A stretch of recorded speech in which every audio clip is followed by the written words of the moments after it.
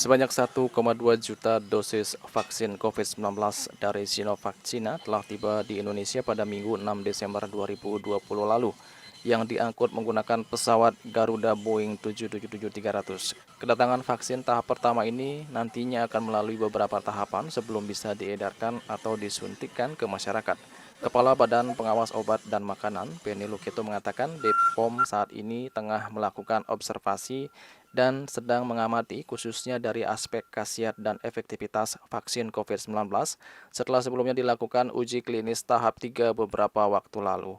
Penny menjelaskan observasi itu penting dilakukan guna mengetahui seberapa besar efektivitas vaksin dalam meningkatkan antibodi dan menetralisir virus yang masuk ke dalam badan kita.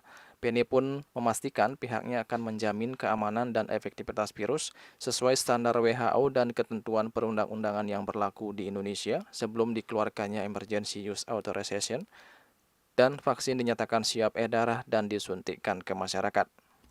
Kalau di aspek mutu itu sudah memenuhi aspek cara produksi obat yang baik ya. Itu alhamdulillah tidak ada efek samping yang kritikal gitu ya. Jadi dari aspek keamanan sudah baik.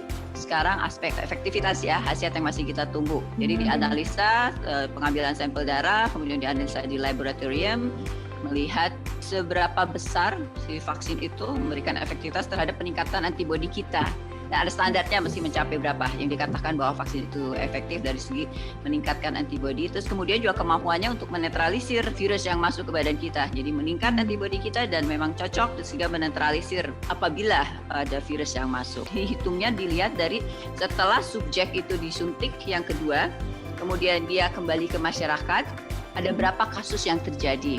Nah, itu biasanya dihitung dalam waktu 3 bulan, 6 bulan, ada berapa kasus yang terjadi. Kalau untuk emergency nutrition, kita bisa lihat dalam waktu 3 bulan. Ya, tapi bisa jadi juga kalau pandemiknya sudah tidak terlalu intensif seperti di Cina, itu biasanya akan lebih lama lagi.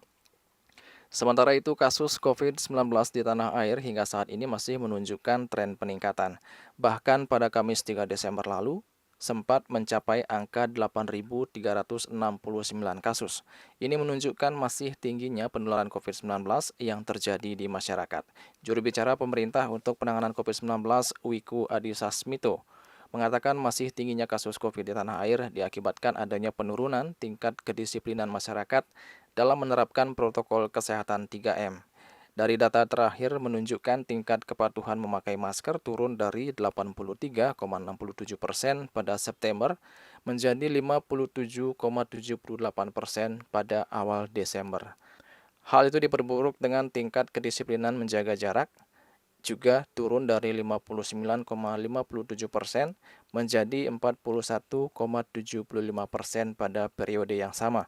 Oleh karena itu, dalam keterangan persnya pada Selasa 8 Desember 2020, Prof. Wiku Adhisa Smito kembali mengingatkan agar seluruh pimpinan dan penegak hukum di daerah untuk meningkatkan kedisiplinan, menegakkan aturan hukum terhadap seluruh masyarakat yang tidak patuh protokol kesehatan. Dari Jakarta, Juli Suwarto dan Ketut Sumadiasa melaporkan.